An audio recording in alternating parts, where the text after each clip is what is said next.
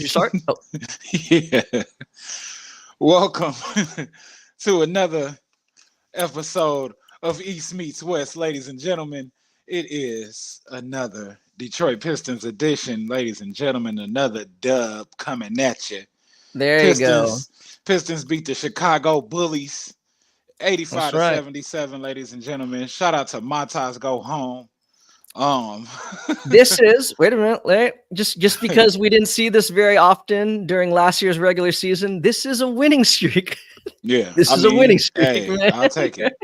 Yeah, Right? I mean that's what it started off as 2-0, and then we tanked. Hey, It was like just tank for Ron Holland. first of many. If you keep it right, you win 2 out of 3. 2 out of 3 games, you win 66% of the season, man. You're a playoff team. You know what I'm saying? Right, and then there's how many summer league games? 5. Yeah. Oh, Johnny, I'm definitely going in that direction because that's exactly what this game was. This was a defensive game from the Pistons because early on it was just ugly. You know what I mean? Like we had certain moments that looked good. Actually, and we gonna end up starting off just going crazy because Johnny coming here, but it was like a stable Sasser game, but it was just nasty everywhere else until third quarter again. We're going to run. What Sam say? 20-2. Hey, I mean I'll take it all day, and I kind of anticipated it. I mean, that first half, I think midway through the second quarter when they were down by 16. Yeah, I was like, all right, yeah. It could have easily gotten away from them. The tenor of this post-game show probably would have been like, we still evaluate, right? Win or lose or win or loss. But it's like, again, even in the game that they lost, right? Like they did not stop competing. They never once went away from, their defensive principles, as you're saying, right? That's what this game was. It was It was defense. It was Sasser and Tolu early, and then the defense turned up. You know what I mean? Like we didn't see Estrada. We didn't see your boy Dennis really. Flex. Are you sure? Oh, I mean, I think I disagree. Wait a minute. Okay, let's go. For it. Let's go. No, let's go. Let's go. Let's just go. We're gonna go down the list, or you go down the list again. What we like, what we didn't like. Right. Y'all can chime in too if y'all like something. Here's Johnny. You can chime in too with your defensive. So who the killer? Again, I mean, you know who my guy is. If I go in there. And I mean, Johnson. No, it's Johnson. You don't want to start with Johnson? No, let's not. Let's start with the future of the Pistons. Ron Holland, 17 points, 1 steal, 3 assists, 9 boards. I mean, it was a well-rounded game, but let's rewind a little bit. 2 for 6 from the free throw line. 1 for 4 from the 3 and 7 for 20 from the field. And I was seeing comments about he's horrible going to the rim right now. Like on his drives, he's juggling a little bit. So that Ron Holland double hand though, that was cool. I want to see him really get on somebody, like get up and just you know what I'm saying, like finish out. But I mean, it still looked good, but. And I understand, it's a rookie. He's just getting his feet wet and whatnot. But from what I've seen, I mean, he did good enough. At least he didn't get what's been my whole thing lately. The lights are on you, shining bright, and you are shining in the moment. You know what I mean? He kept shooting. Right. And shout out to Kobe on that quote. If you stop shooting, then that means you really gave up. So, I appreciate that. And speaking of which, I think a little bit before halftime, he picked up a tee. Yeah. Yeah. Some people, again, it depends how you look at it. I know I'm a glass half full kind of guy. Mm-hmm. Like everyone's like, oh, come on, man. Of the people that were critical, you got to manage your emotions more. Yeah. Don't let it get to you. No, I want it to get to him, at least right now in this setting. Yeah. He should be. I'm glad he's taking it seriously. I think he's very, he's self-aware. I think he's very cognizant that damn, I should be finishing these things, Yeah. I think, he was definitely doing a little too much. I think you ask him, he probably say he's guilty of doing a little too much, trying to force things, as you said. Right. And I guess going back to what we said, in his game against Rockets. You guys plays first. No, what game did he first play? Who did we play first? Somebody tap in with us. What's up, MB? I can't even remember. Megan. Miami, I forget too. No, not Miami. Anyway, doesn't matter. Point being was, again, like, I can't think it's not like I'm not saying like he's nursing an injury or anything, but just gotta kind of have to trust, trust his handle, trust his first step. Yeah. I think it's almost as if he's anticipating more resistance at the rim, which there will be. They are. But, they are, though. He needs to put the pressure, apply the pressure. We'll get to you guys soon. Joe just said he made it to the lottery with YMCA handles. Hey, that's funny. Oh, Philly. Okay, we played Philly first. Shout out. Good look, Nick. Oh, okay, there you go. We played Philly first. Yeah, because we was playing what's name? Tucker or whoever that is. Yeah, so yeah, and it's I mean, I'm just glad that he's, like you said, he's self-aware and he's basically taking on the team with that, getting that tech, because basically the team is his right now for the moment. You know what I mean? Before he get hit with the Cade Ivy, we got to focus on them now. So you got to sit back a little bit further. But I don't know. You got anything more for Ron Holland? Anybody got something to say about Holland other than that 7 Absolutely. for 20? No, we're not done with Ron. We're definitely not done with Ron, man. Go for it. He played. No, I mean, even late in the game. Okay, first of all, I mean, given that they are like, great friends, I love that he and Matas, yes, they made it like a game of one-on-one. I don't know, man. I'm not saying 1-1. Like, I don't think anyone won. At best, this is a stalemate. Yeah. But again, now, just given that you and I were high on Matas to the Pistons, I think you could see now the contrast of, how each of them would or would not have fit in with this team. Like I said, I mean, Ron, right now, he is like the guy. He's the number one option. He's the number one handler, like ball handler. Mm-hmm. He's not going to be, come regular season. You know, at best, he'll be like the secondary, in all likelihood, the tertiary ball handler, playmaker. Yeah. But what I do like is that Matas, I mean, I think that was was it either like off of a putback or whatever, his first big slam of the game, right? He had his two-handed jam. Mm-hmm. And I love that, dude. Early. Before any of the Bulls could really get back in. That's what I'm saying about Holland's. There you go. You're starting to see it. Like when I said he has elite athleticism, dude, he like beat everybody down the court, to get a slam of his own. And he did, shove it right back in his face. I will acknowledge, like I said, I mean, definitely, again, going back to doing too much late in the game, I think, or early, not so much. No, late in the game. Oh, okay. The broadcast was saying like, okay, he kind of keeps dribbling into like, heavy traffic. Yeah. Right. I think that's maybe not really, maybe not trusting his teammates, to make the right pass if he gives up the rock. But even though there were times where he almost lost the ball, like lost possession, it really looked like it was going to get stripped. Yeah. Are you noticing like his reaction times? You know what I'm saying? Yeah. Like it is crazy, like how quick his reflexes are. And that's what I'm saying. Like when he's going to be eventually surrounded by Cade, Tobias, Ivy, Durant, no, but I'm talking about better passers. Oh, okay. So you could even include Beasley in that. What I'm saying is, he has like a great ability to make a pass and then reposition where he can make then the secondary or the tertiary pass. Right. He technically did that today only because he almost lost the ball. Yeah. Right? It's almost like he passed it to himself. And he was one of the only ones repositioning himself because like for a big chunk of this game, it seems like both the Rockets and the Pistons they would come up the court. It seemed like they was just playing 5 out, pass, and just see who could create something. But it wasn't enough movement within the perimeter for a lot of sequences. You know what I mean? And I was paying attention to that. Like, okay, so who's gonna go off screen somebody, or who's gonna cut, or who's gonna, it was a little bit of that, especially for Houston, mainly for Houston, because I was paying attention to our defense as well. And I mean, a lot of stuff was because of our defense too, and Ryan was a part of that as well. You know what I mean? Yeah. And frankly, I mean, I think Matas finished the game with a decent stat line. I'm not in no way did he shut down Bazelis, right? 18 points on 7 of 18 shooting. But at halftime, I think like he was around, like Matas was around like what, like 9 points on like 11 shots, something around there. You know, like he definitely was making it tough on him. And I like that, you know, like, I mean, I do believe he has the ability to be a point of attack defender, Ron, that is. Yeah. You know, and like, again, like at least for his rookie year,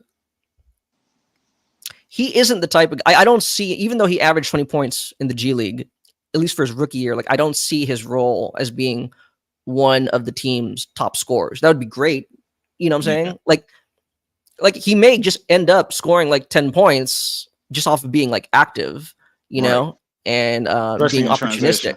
Exactly. Especially in transition. Him, Sasser, and Ivy will go crazy in transition. Right. It's just, I don't think like here in this setting, he's allowed to, you know, have a lot of opportunities to create his own shot, you know, experiment, see what works. I think he's going to have like a more streamlined, you know, shot chart come regular season, you know. So I mean, like, you know, so let's not like overreact too much to the final, whatever it was, like 7 of 20 or something, or whatever it was. If he can add that mid range that I seen, like near the elbow, near the elbow, and kind of how K does it a little bit. Yeah. How even I know people gonna kill me for it. How Killian was doing it for a minute, but that pull up midi, if he can add that and make it consistent, like it's gonna be a really good deal for us going forward. Like with the regular rotation, with the regular roster. You know what I mean? So, but I mean, I just think that eventually, again, if all goes well, I'm gonna really believe in this coaching staff. You know. Oh yeah. Controlled chaos. That is like how he is capable of playing. You know what I'm saying? Chaos in the sense that like it looks crazy for the defense, right? It looks very unpredictable. It looks very like spastic. Yeah. But I mean, he has a control of what he's doing. So we'll see it. But I mean, I would like to see him again. I'm with you because going back to what we were saying, the manner in which he can get to the cup, he should be able to finish a lot more though. So I hope, you know, in these next couple games, you know, I mean, but he's going to need regular spacing and he'll get that spacing with the regular roster. You know what I mean? Because he will be able to make that secondary pass should they collapse on him. You know what I mean? Oh yeah, absolutely. It's like they'll have to pay for that shit. You know what I mean? So I'm just looking at it like he's the main guy right now. So if he's the main guy, the only guy, they can like, you know, basically create traffic like, you're not coming in here. Like, so, you know, we'll see better. Cause I mean, who's on the team other than Clinton and maybe Jenkins that's just like, oh, they're gonna make a shot if he kicks it out to them on drive and kick. It's not really a threat, you know what I mean? And then they're still rookies too. So it's not a actual threat on the floor that's like, oh no, we can't let Cade jump and shoot, you know what I mean? Or catch and shoot. We can't let Tim Hardaway catch and shoot. No, you're gonna pay for that. So we'll see it in the future. And then just him still getting 17 points regardless, not quitting, not giving up, missing some free throws because it could have been more than that. I think we're gonna see real good like results from him come regular season. He'll be steady. You know what I mean? It'll be better than All-Star scoring. His work. No money. He'll be good. I agree. I just like going back to what we're saying. What? He said I can't put Killian around. Just that mid-range, bro. That's yeah, dude. No. Don't kill me for Killian. No, but I think you know, like we were saying yesterday, I think at the end of the day, the identity of this year's Pistons team is still going to have to be, you know, defense. Mm-hmm. That includes rebounding. Yep. So obviously clearing the glass, and I like what as a team they did, but that includes Ron Holland. Mm-hmm. I mean, I understand you can say, okay, he kind of rebounded some of his own misses, you know, but they weren't all. They weren't all. You know, he was definitely active and tracking the ball on missed threes, you know, and creating second chance opportunities. Mm-hmm. You want to see that, right? You don't want to see them lazy, you know, off ball. So I like that. So okay, right. Let's flip it to the Golden Boy for real. The dirty Golden Boy, because everybody been mad at him. Your boys, everybody watching, MB Holder, all y'all. Marcus Sasser, Marcus Sasser. And yes, if you followed us on the EMW Twitter account, that was me giving Marcus Sasser some love today with all the highlight tapes, all the highlight reels. Right? I mean, hey, and then I'm on Pistons Lead on the Twitter account. I put the Marcus Sasser. If you can, if you can give him one skill from somebody, like I put the Ray John Rondo and Chris Paul stuff out there. But yeah, he dropped 17 today, 5 steals. And when I say he looked like a somewhat two-way-ish kind of player today, kind of, I don't want to say Marcus Smartish, but because he's so undersized, but he just was out there really like getting the steals today. You know what I mean? Don't kill me for the Marcus Smart comparison, MB, or nobody, please. 5 steals, 3 assists. And I think 4 for 6 from the free throw, 3 for 5 from 3 today. You know what I mean? So he shot better, played better overall. His shot selection was a little bit better instead of like some of the shots were like some of them floaters. It was like it could have went in, but I mean, floaters a floater in coverage. 5 for 13 though, so only 38.5%, but still that's a better game for Marcus Sasser than what we've seen in the last 3 games. You know what I mean? So I mean, I like what I've seen. I understand like why some people are down on him. You know, the first couple of games of Summer League. Facts. But you know, in turn, you know, in trying to find some more reason for optimism. That's why earlier today I started like tweeting out like those mixtapes of Sasser. I mean, like this was stuff he did just recently, like at the end of the season against actual NBA competition. You know, maybe garbage minutes. What? Really? Well, really? I'm just asking. Was it? You want to pull it up again? I don't think so. I don't think if his job is to get buckets, then mission accomplished, man. His job is not to stop the other team, you know. Yeah. No, I'm just saying, like, I think I understand fans' reaction. Like I said, he may not be long for the team. That's fine. But there is, I would guarantee you, there is league-wide interest in him. If you made him available, you could still get something back. Now, what does that mean? Like a second-round pick? But this is not territory where like he should just be waived. Unless you absolutely needed, like, you know, the roster spot immediately for some big trade and like other teams knew, you know. But I mean, I think I agree with like, you know, what some of the guys are saying right now, like, you know, Savant, you're absolutely right. I mean, these last couple games, Jared Jack after game 1, he made the immediate adjustment. You are not a point guard. And he's not. I've been saying that all along. I agree with you. Sure. This is what Summer League is for. He should be able, given the opportunity, to try to develop those skills. You know, but realistically, should he be doing that exclusively? Fuck no. You know? Facts. You know, and I think that's the problem, right? As I mean, if I had to guess, I think there were a couple times where Ron knew, like, man, if I pass it to Sasser in that spot, like he's not going to make a good read, you know. Yeah. And then, you know, and Ron ends up like forcing it. You can kind of see Sasser today, kind of second guessing himself, like I should not try to.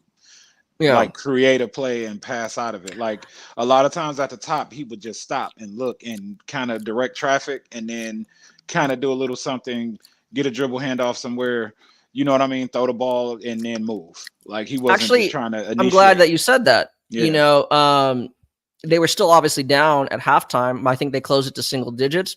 Yeah. But, you know, the contrast between the end of the first quarter and the end of the second quarter, where Sasser, rather than, like you said, rather than trying to just kind of survey the floor or probe the defense, he didn't even like wait. You know, he didn't give a crap whether the defense was set or not. He just went and tried to get to his spots and attack. Yeah. That's what he's going to have to do.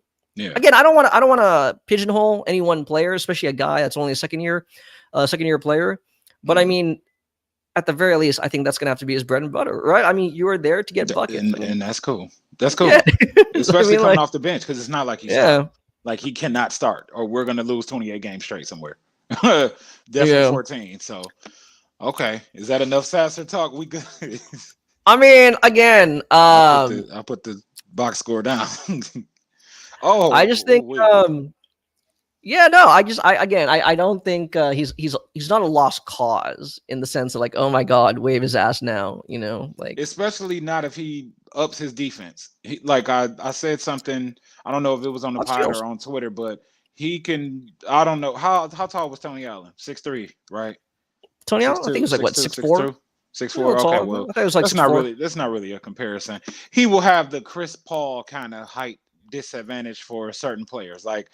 if he can end up his defense to a really good level. I don't want to say elite, but to a good level.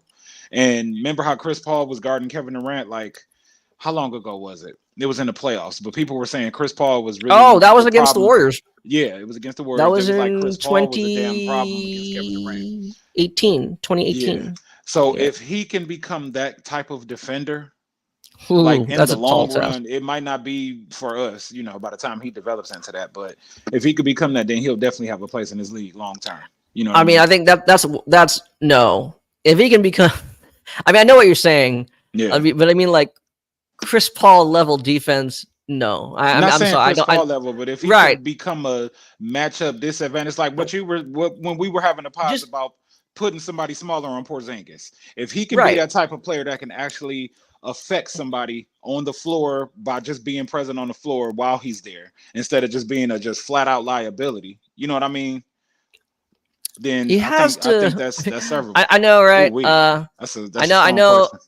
I know the iconic photo is AI stepping over Ty Lue, but he needs to become a Ty Lue type of defender.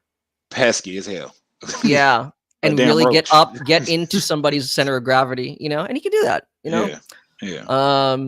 So we'll see. We'll see. Again, like I said, who knows, right? If all goes well, he won't be playing many minutes, right? Like you want the other guys higher on the depth chart to be outplaying him. So hey, I mean, but as it stands, we don't have another point guard that's like for real legit. You know what I mean? So it's like, unless they say Ivy, you're the backup point guard. You know what I mean? Which I don't think they should do. I think a lot of people are down on that idea. But no, I'm down on it too. Yeah. Like he needs to play off ball and be able to slash and score. But before I go to the next player, can Tim Hardaway Jr. play point? 100% no. But you feel like Beasley can though. Beasley can. Beasley has a little bit more chops, at least as he can comfortably handle the ball, and take it up. Hardaway, no. I remember at Michigan they experimented with that idea. It was a complete utter failure. He's not his father in that regard. Yeah, go blue all day. Go blue. Anybody that go green, I'm sorry. I don't rock with State. And football and basketball, I don't care who wins as long as it's Michigan something. But don't kill me. Don't kill me, green guys. Okay, Wagner brothers. Okay. Hey. All right. So let's get to the showman that's been the guy running everything since pretty much the beginning, outside of Ron Holland. Bobby Klintman, everybody's boy, my boy, your boy, and he had a lot of beautiful looks on the floor, nice passes. His movement on the floor was very good. You know what I mean? Like as far as just getting around, not being in people's ways and whatnot, playing certain, like, I guess just defense, playing pretty well on defense, but he did not score this game. 5 points, 1 block. He does have 12 rebounds, 3 assists. Yeah. 0 for 1 from 3. So, I mean, was he getting jammed up? And 2 for 7 overall from the field for 28.6%. So what did you see from young Bobby today? Bobby Buckets. Again, this is not just me trying to always, exude optimism. I actually liked this kind of game for him because, at the NBA level, he's not going to be given a lot of field goal attempts. Right. So he needs to find ways to be effective without actually, touching the ball a lot or shooting a lot. Mm-hmm. Again, how many assists did he end up having? I know it wasn't much. I think 3, right? Right. Same thing. 3, right. Yeah. We know that this roster can't shoot for shit. No, I mean, hey. No, because the types of it goes back to what we're saying, right? Mm-hmm. It's his passing, his secondary ball handling, the types of looks that he's creating for teammates. They're not cashing in. But if if we actually went to like advanced analytics, and saying like, hey, this is what would have been an assisted field goal, like he's creating that many assisted field goal opportunities, so I like that.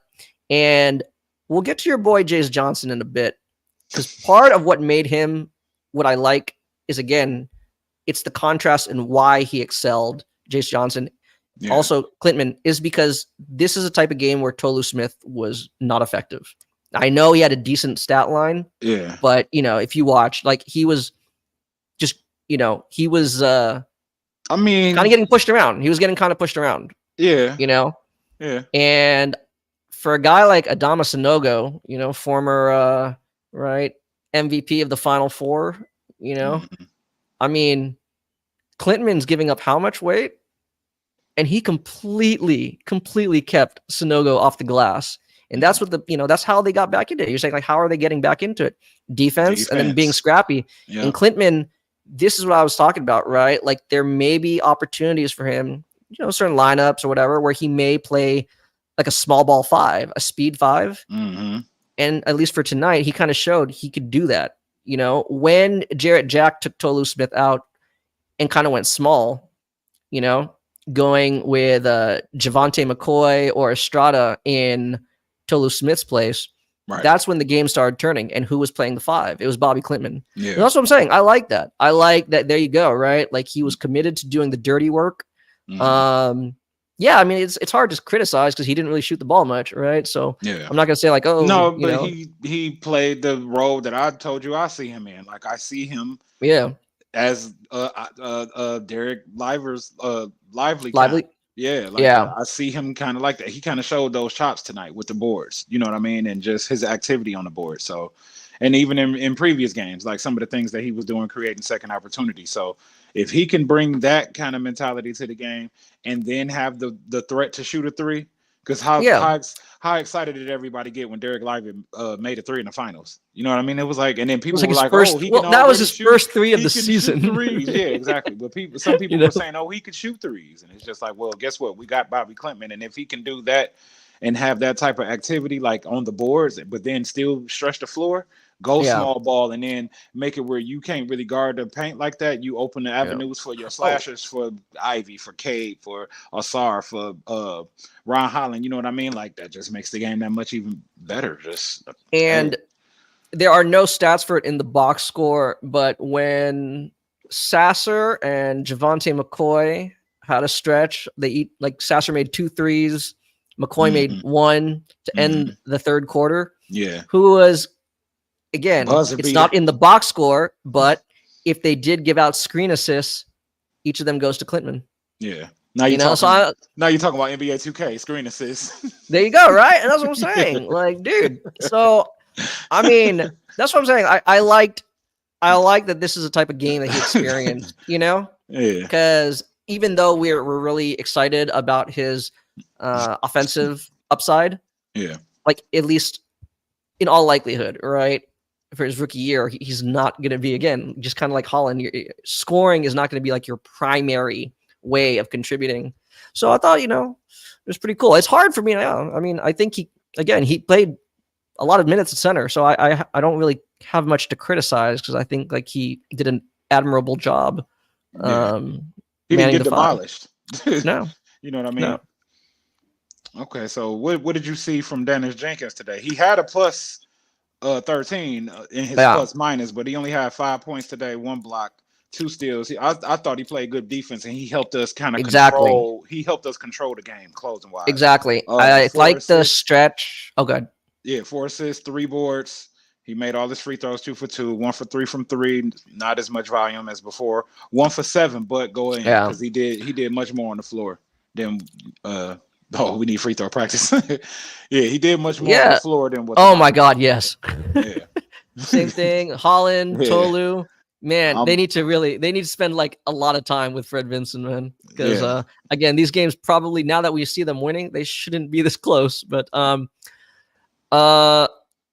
same thing. Going back to what Savon was saying, like, how are we really winning these games? Yeah. And it's easy to say defense, which it largely is. It is. But I think that's kind of been the theme of today's game was whatever you're most known for, what else can you do to help us win?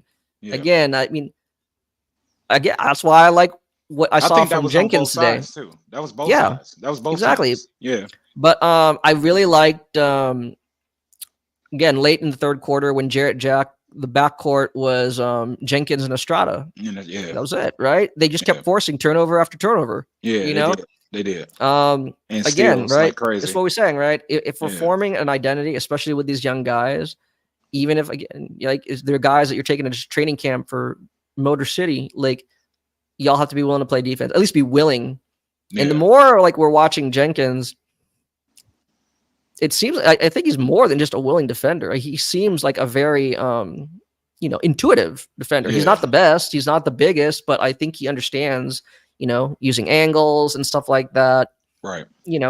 He finds ways to like find an advantage on the defensive end.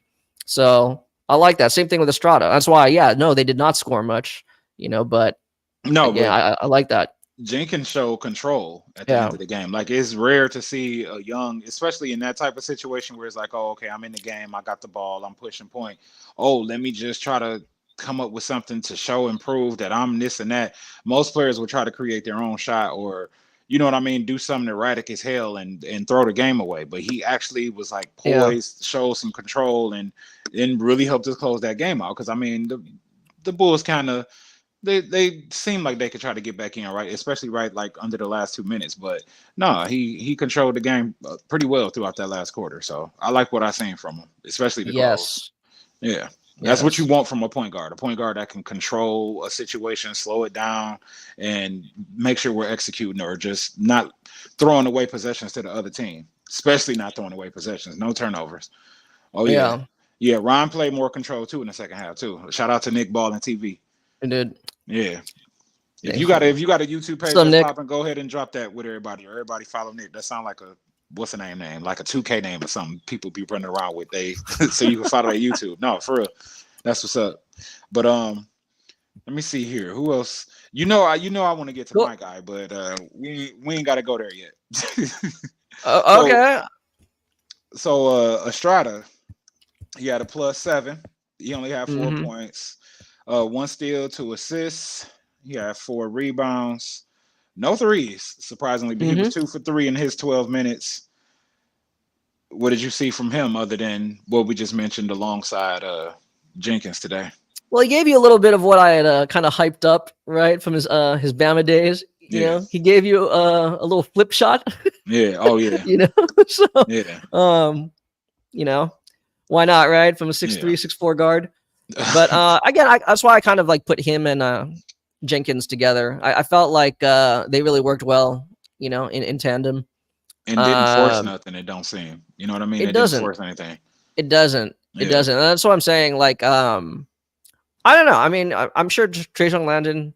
We don't need to read into everything. Like, oh, this is why he did it, right? Like, but like whether that was his vision or not. Like, I like that some of these guys he's bringing in, right? They understand how to kind of stabilize the game, right? Like you said, from preventing it from getting it erratic, which, let's be real, right? It happened a lot. It happened a lot last season. So, so I mean, hey, if the bottom of your roster, my belief is, like you're as strong as your last man. Like that last guy is not irrelevant, right? If that last guy is pushing the rest of us, then we're all better for it, So, Okay, so you ready to talk about my guy? Because everybody might not be ready to talk about my guy.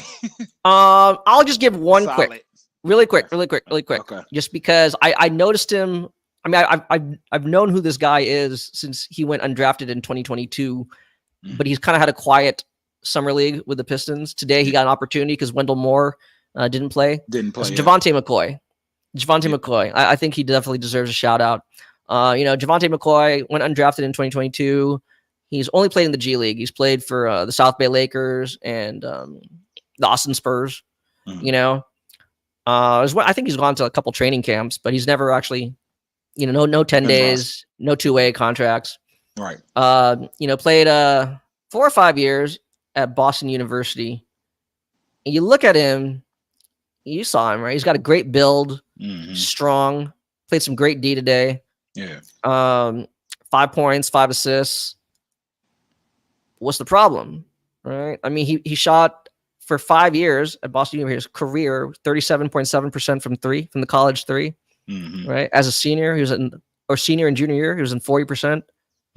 So what's been the problem? Okay, at the NBA level, the NBA three, he's like shooting under 30%. Yeah, right? That's the problem. That's a swing factor. Yeah. But I mean, I'm glad he got a shot today. Yeah. I think, like those assists, same thing. He was part of those stretches where they started to make a comeback. Yeah. Again, just lop him into Estrada and Jenkins. Mm-hmm. Just another steady hand and just making like good the smart pass. Yeah. Don't try to go for the home run play and don't force just chip it. away. Yeah. So I think he definitely deserves.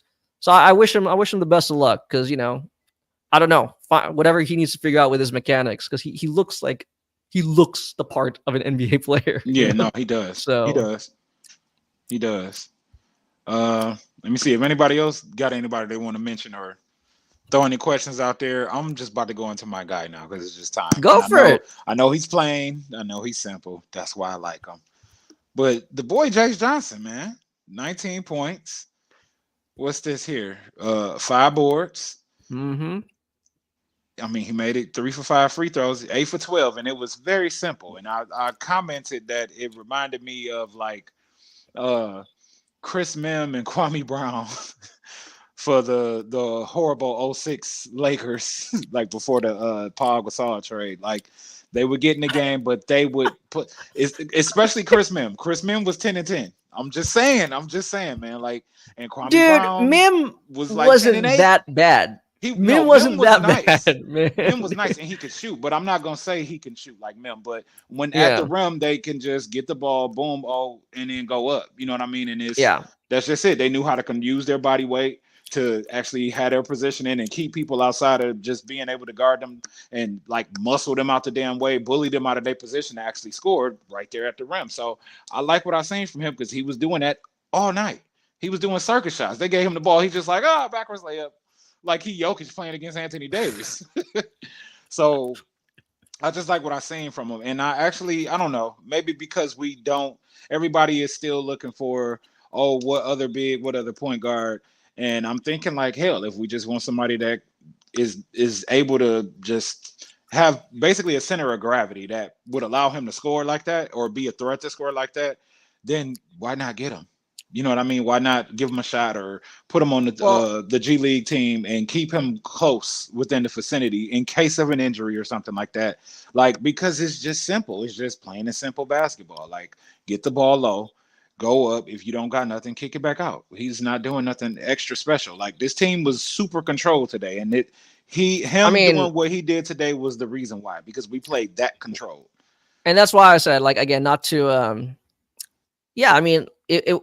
Tolu, in his limited minutes, he was at least somewhat efficient, when he actually got a shot off. But, like I said, he was kind of bullied in the paint. He was not as effective on the boards. And that's why I'm saying, like, Jayce definitely stands out because in contrast to how ineffective Tolu Smith was. And as, a legit 7-footer who's got some size to him, I give him credit because the game turned when Jared Jack decided to go to Klintman at the 4, and then when he needed rest, he went to Jayce. He didn't go to Will Baker. He didn't go back to Tolu Smith. He went to Jayce Johnson. So I give him all the credit in the world. And I know maybe I've been a little too down on him. Yeah. But actually, he is on your G League team. I don't know if you knew that. Yeah, I think late last season. I don't know if it was through a trade or something, but yeah, he finished out the season with Motor City. So technically he is at least part, of the organization. I'm with you. I mean, even when he was out here with the Santa Cruz Warriors, the beat writers would always say the same thing too. Like, you could do worse than Jayce Johnson as your emergency big. You could. I don't know if I would give him. Yeah, I'd definitely rather have Jayce Johnson, man. Yeah, I seem to be. As you said today, Jayce Johnson showed he's a little bit more coordination, than the beat. But I mean, so yeah, kudos to him. He did great. I still, because right now you got Dennis Jenkins. I think Tovu, right? I think for the time being, he's still on a 2-way. You have another open one. I'm not sure if I would commit. If he was planning on playing in the G League anyway, then just have him on standby. And if you need to, just you need him for an emergency, then wait till damn. you're exactly 10 damn, right? I'd rather the other guys, like they're probably going to draw interest. Some of them I think will draw interest from other teams. Yeah. If the Pistons don't sign him. So, yeah, I think so. But more to your point, or like the bigger macro is, as you guys were all saying on the chat, Ron definitely looked a lot more controlled, a lot more comfortable in the second half. Yeah. His 2-man game with Jayce Johnson was pretty fun. Yeah. Right. Now think instead of Jayce Johnson, that's Duren or Stewart. Oh, weird. Right. Yeah. Because that game, like late in the game, again, controlled chaos, right? Not to make this a Ron segment. I'm just saying, like, think about what it can be with the more your starting centers, right? There's that one where, again, he tried to attack the lane, and there's already like 2 guys camped out in the paint waiting for him. And then he kind of rolls his body off like a reverse 180 off of his defender's body, and he just puts it right into Jayce Johnson's right. Yeah, he literally rolls off, right? Like reverse rolls off his defender's body and then literally shoves the ball right in Jayce Johnson's stomach. Right? Boom. That's what I'm saying. That is the creativity, right, that Ron Holland possesses. And it just makes so much more sense. Even though, again, you and I were high on Matas, it just makes so much more sense of why I think Trajan looked at him as the better fit for the team. I think Matas will be good, but I think it's a completely different game. I think you saw it tonight. Yeah, I did. And I told you, right? Yeah, give me the ball. Yeah. I mean, and that's what it is, especially with this team. So I hope he doesn't go to the regular Houston roster doing that, because it's too many miles to feed over there for sure. Yeah, but I mean, I think a lot of potential. I'm glad I'm starting to see, like some writers some of them are still just being like jackasses and like, oh, okay, it's the Pistons. Right? Yeah, like they're gonna suck. Writing us off. And then as soon as we start taking off, it's going to be, the Detroit, like they've been here the whole time. There are a couple writers that are like, I've been like, reading their articles or reading their tweets, and they're like, you look at this roster, it's actually not bad. It's not. Like, it's not bad. It's definitely not a bad roster. Yeah. If we end up with less than 20 wins again, then this is a massive failure on JB's part, I wish I can share the picture in the pod. I'm gonna have to step it up and figure that out, how to pull up the pictures in the pod. But our roster last year, all of the players didn't play for the Pistons, but we had 31 players. Everybody that's watching right now, everybody that ends up watching, go to Basketball Reference and look at this past year's Pistons team, the 2023-24 team. You will see 31 fucking players that became a Detroit Piston or play for us. You know what I mean? And that's not going to be that crazy next year. It's just not. Like, it might be it might be an extra 5, and it might be some of the people that's playing for us right now. You know what I mean? Some G Leaguers, maybe a trade, but it's not going to be like that. That's what I'm saying. Knock on wood. No. If there is like if there's like 20 plus guys that put on a Pistons jersey or are part on that roster at some point, I'd like to think, yes, it's going to be because there's like a big trade, and maybe we're sending out 5 guys, we're getting 4 back or something like that. You know what I'm saying? Like, and we got to shore up. Then I mean, that makes sense, but we weren't doing that. But I will say the only thing I did like out of all of that movement was the Fontecchio ordeal. But let's not dig too far back. But you got anything else you want to add to it? Anybody got anything they want us to cover tonight before we get out of here?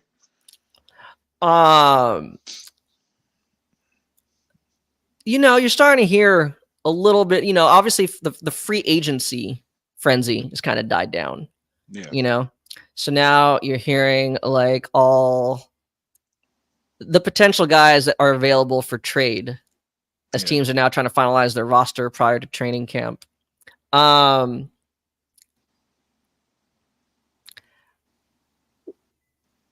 you that high on the players the Wizards could make available? Who? Like Tyus Jones or Corey Kispert? Jones. Like, go ahead. Finish your statement. No, I mean, like, I've seen like kind of like variations of this thrown around. And, you kind of think, right? Like you're trying to assemble the best team possible, or, that could be competitive. We've talked about it. We believe that the Pistons could add another veteran point guard, Yeah. So, I've seen like some variations of like, would you agree to like some kind of trade that's a sign and trade of like Tyus and Corey Kispert for like Sasser, Hardaway Jr., and I don't know what else to make the money work. I mean, that might work right there. For who? Jones and like Kispert. We got to give somebody up. We can't just absorb them. Well, no, like if you wanted to actually expand that trade. Okay, keep going. No, that's what I'm saying. Like, would you actually like who would you? Okay, fine. Who would you rather have then? Let's just forget about the point guard for a second. Who would you rather have, Tim Hardaway Jr. or Corey Kispert? Tim Hardaway Jr. Yeah. See, I don't understand like the fascination with Kispert for some people, because like no, like even from Washington's end, they're like hey, right, like they're the one. Like I see like Bleacher Report articles, kind of throwing it out there. Like I don't really see the advantage of that, both cap wise or like X's and O's. Like I don't see what he does. Send us Denny Avia. Shit. No, see, he's already in Portland. Oh shit, that's right. I mean, I'm rocking. Savant wants Jones. Yeah, I'm rocking with. We said it at the same time. We went to him at the same time. Like, I would just add Jenkins or try to. I like Jones because we don't. Who's our clear cut secondary point guard? Like, Cade's out the game. Who's coming in? I'm still Team Fultz. It's still okay, and it's still. I think Fultz would look great. I think he'd look great in a Pistons jersey. But it's definitely that mean we're not a finished project right now. Like it's still something for the Pistons to do. You know what I mean? Before training camp, late September. But I think something's gonna happen in the next day or I mean, I don't know. Somebody got me feeling like something's gonna happen tomorrow, but something's gonna happen.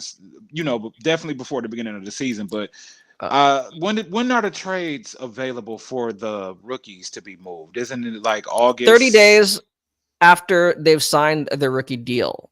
Okay, so there's no hard date. So now, if they haven't actually signed their rookie contract yet, you could technically trade them immediately because you're trading them as draft rights. Okay. You know what I'm saying? Okay. So, I mean, but yeah. So, what's today? The 16th. So, by August 20th, roughly, our team should be finalized. If not, I don't know. If not sooner. More or less. I think maybe maybe. I think sooner. Maybe. Because I don't think Trajan wants to go into it like, oh yeah, it's September. Oh, guess who else we just brought in? And they haven't been a part of the fold of what we're doing, what our vision is, and what direction that we're going to go in. I don't think he wants to have any type of. Telling you, man. He don't want nothing in the loop. You know what I mean? Like, oh yeah, okay, we're going like this. Oh shit, we just grabbed here. Go ahead, make it work. And he's going to take that person's spot, and you thought you were going to play like these many minutes and whatnot. Like, I don't think he's going to do that. That wouldn't be good for this team. Everybody on the chat, feel free to weigh in. We asked this before, but now that we've actually seen, maybe these rookies have kind of influenced your perception of the team, or how you view the dynamics of this roster. No, who is your starting five now? Now that you've seen them, Savant. Who's my starting five? I wouldn't want Pat Bev on this team anyway, man. And no, I don't subscribe to his podcast. Pat Bev might be fun. Second coming off the bench for a little bit. Nah, dude. Like I mean, add him and then let Jenkins just come on. Just bring Jenkins on and then let him and Jenkins. Well, he's with Hapoel Tel Aviv now, so yeah, that's done. That's done. Yeah. Who is your like? Has your answer changed now? Now that you've actually seen Ron, has it changed? Or now that you know for sure we have Beasley and everything, he's locked in. Ron's coming off the bench early. So who's your starting five? Cade. Be honest. I mean, I'm asking Cade, because Ivy, I think the two is a big question. Cade, Ivy. It's got to be Ivy early, I would say, because his slashing ability. Like, if we bring Cade, we have Tobias on the floor with him. Let's say we put Asar on the floor and then Beasley on the floor. Who is like a real threat to just, okay, we got to stop him from going to the paint. Like we need a little bit of a few different dynamics all in at one time. And I think Ivy is still that off the ball. You know what I mean? And even on the ball, like if he could get by somebody, like once he's gone, he's gone. You know what I mean? Right. Hell, what if he turned into damn John Morant? you know what I mean, going to the hole all of a sudden. So we have, I would say, Cade, Ivy, either depending on where we want to go. If we want to play defense or just figure out our youth from the beginning and then go 10, 15 games down the road, start making lineup changes, I will start Sasser again, especially if he's been working with Fred Vincent. He looks, you know, like an improved shooter. Like we'll have preseason games, so we'll be able to get a glimpse. So let's say Sasser is having suddenly a 34, maybe 35% from three shooting type of look where he can be guarded honestly from out there. You know what I mean? Like his defender isn't going to leak off him to him and be just standing right outside the box while he's standing in the corner. So it would be Cade, Ivy, Sasser, Tobias, of course, and Duren. Okay. Yeah. So you don't have any concerns about the spacing issues with that 2-3 combo? Yeah. Because I feel like the 2-3. So you do okay, but you'd still start him. I mean that's fine. Just because I believe, as we actually brought up in our last several episodes, but it has become a discussion point now that you know the roster has formed out. Yeah, no, I saw. Yeah, he had your answer. Yeah, we're gonna get to your questions, Joe. Go ahead. Because like you could really make a case. You really could make a case for Beasley or Hardaway Jr. You know, THJ to start. Likewise, you could also make a case for, you know me. My answer was actually Ron instead of Sasser. And then you could easily make a case for Fontecchio, you know? What kind of surprised me is some people making a case for Stewart to still start. Why not? I mean, okay. Would you want him to start? 3-point shooter? See, is he starting again as the 4 or is he starting over Duren? He would be the 4. Your face just said it all. I mean, no, I said fucking why. I have no problem. I have no problem putting Tobias at the 3. I'm just not sure that's like the best way of maximizing, right? Like I like the idea of either Sasser or Ron at the 3 to have like some badass perimeter defense. Right. No, I'm just saying it's going to be really interesting in camp. But I think for the 2, because I think, you know, reading like, some other beat writers, there is still, I don't think it's for sure, right, that Ivy will be starting at the 2, because it's not, I think everyone knows it's not ideal, I mean, it's not, unless he became an improved shooter. But you changed my mind with the shooting, like, breakdown that you gave us, like 2 or 3 pods ago? Yeah. Yeah. Like his that's true. They were pretty high. True. Yeah. As far as like leaning, shooting threes and all of that. Yeah. Or we can go shopping after the break. Yeah. We can go shopping and get Anthony Simons. Ooh. We were supposed to keep that in the tuck. We were supposed to keep that in the tuck. It's just, that's not any breaking news. It's just throwing it out there, right? Throwing out an idea. Okay, so everybody watching, who would y'all trade for Anthony Simons? Because I love that idea. Let's jump into what Joe say. Who's the best player on the Summer League roster? Why don't you go first? And he also, Joe also asked who's the most consistent. And who's the most consistent? Your boy Jayce. I mean, no. Statistically, I think he is, man. What, the most consistent? I think technically, statistically, he's been solid. He's been solid. He probably is the most consistent because, like, Klintman, I don't know. I would say Klintman been the best player.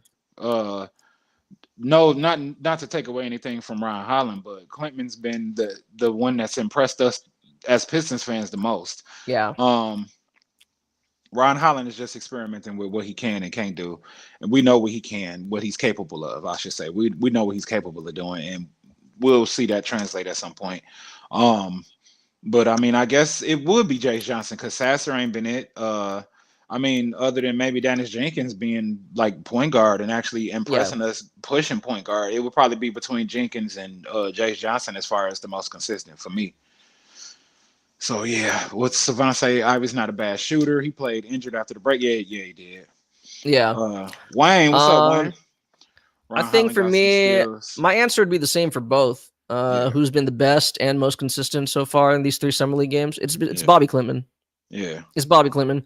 I think, frankly, I think he's exceeded all of our expectations. As someone, I drafted the hell out of him for the last 2 years. And again, like what shocks me the most is his comfort level in how he's getting these 3-point looks off, he's not just like spotting, like, like spotting up. I mean, he's actually like screening and then rescreening and then coming off, and like, whoa, so I mean, it's pretty exciting. He did play in the NBL, so yeah, that experience.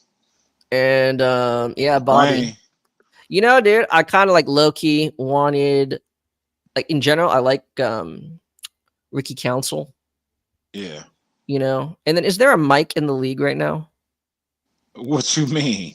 Like, is there a player named Mike that we can get? Like, there's no longer like a Michael Finley, like a Mike James or something. No, exactly, like a Mike James. Oh, there's a Mike James that's overseas. Well, no, because then you could be like Ronnie, Bobi, Ricky, and Mike. Oh my god. For real. Well, you have a Ronnie and a Bobi. How often can you do that, right? Really? There aren't that many Bobbies in the league, man. You put together R&B groups. New edition, baby. I know. This is the new edition. I know I'm saying, but it's the new edition Pistons. Right? That's got a ring to it, actually. See? Thank you. I'm always thinking, Yeah. Marketing is a big thing about building your brand, right? You know what I'm saying? Putting together R&B Pistons groups. Get to Wayne. But I agree too, though. Yeah. I like Dwayne's comment here about IQ. Definitely agree. And I know, like, with some of Ron's spastic dribble drives, it might seem like he has low IQ or, questionable. I think he does. I think just right now he's trying to do too much. Mm-hmm. Probably doesn't know if he can trust his teammates. It's a recurring joke only because it's true that Ron Holland has still yet to play with a true point guard, which is true, right? Again, if you didn't watch a lot of G League, his turnover woes with the G League Ignite was because of injuries and all kinds of other stuff. Like, the G League Ignite did not have a point guard, so Ron had to be the full-time point. You don't want him to be doing that, and so they had nobody else that was a capable ball handler or playmaker. So he'd easily get blitzed. It looked bad, and then here in Summer League, as we've seen, bless Sasser's heart, but he's not a point guard. Dennis has done a way better job, but still, like, he has yet to play with a point guard, which all the more reason, right? We need to get another veteran one because it can't just be Cade. So is that why you are saying he will start? When the season begins. Oh, why I would like him to start? Yeah, because he'll be with Cade. Make no mistake, I think Sasser is definitely the better defender. Yeah, but I think Ron is definitely the better connective player. Right? Like, he's going to maintain, like, you'll have the opportunity for, like, not just high low, but like high medium low passing. Right. Okay. Yeah, and he is a capable, like, defender. 2-3, even some 4s, right? Yeah. So that's what I'm saying, right? But, like, hey, I understand. Like, I'm all for Sasser too, but I think there is a case to be made for them. Fontecchio, I don't like him because he's inevitably going to be, like, I know I like him. I don't like him starting in that line. Yeah, because I don't like the idea of him inevitably going to get switched onto, somebody like someone who's inevitably faster than him, like a guard or, small forward. Kyrie so that's why, what's that? I'll say Kyrie Irving. Oh man, I hope he's okay, man. He broke his hand or something. Yeah. But all right, y'all. When's the next game? Thursday, I'm assuming. And we're winning, so who knows? We might end up in the championship picture. Who knows? Or not the championship. It's like the G League playoff. I mean, the damn Summer League playoffs. Oh, it's only games through Wednesday? Is that true? Let me go through this correctly. Somebody tap in if y'all know, because this is going kind of slow. It's not letting me go past Wednesday. I see. No, let's see. You Toronto, guys, Utah, Boston, Charlotte. You guys see. How about I just tap on our logo? How about that? Yeah, basically. What I'm gonna get to is we'll be back after or for the next game, as we've been doing all of these games. So yeah. Today's Tuesday. Oh, you still looking for it? Yeah, but y'all make sure y'all tell your friends about us. like and subscribe. Make sure hell, y'all could throw stuff in the comments or comment afterwards. Let us know if y'all want us to talk about something. We'll build an episode around y'all too. So just look out for that, but look out for us to pop in after the next Pistons game too. And then, we're going to be jumping around the league doing some other teams too, but mainly we're going to get at the Warriors too, because that's where Con is home based at. I'm a Detroiter, so shout out to Detroit. But he's man. He's in LA, so yeah. Excuse you, San Francisco. Okay. Oh, nice. Thank you, Savant. Appreciate that, fam. Oh yeah, and then y'all, a lot of y'all might have came from Bleacher Report. I run the Pistons Lead account, and that shows up on the Bleacher Report feed as well. So make sure y'all following that Pistons Lead if y'all not following the at EMW_pod to get all the that's Twitter notifications and stuff like that. But follow that Pistons Lead account, follow the EMW account, and appreciate y'all, man. We gonna get at y'all again for sure. Definitely appreciate y'all. Man. All right, talk to y'all soon. Yeah, take it easy.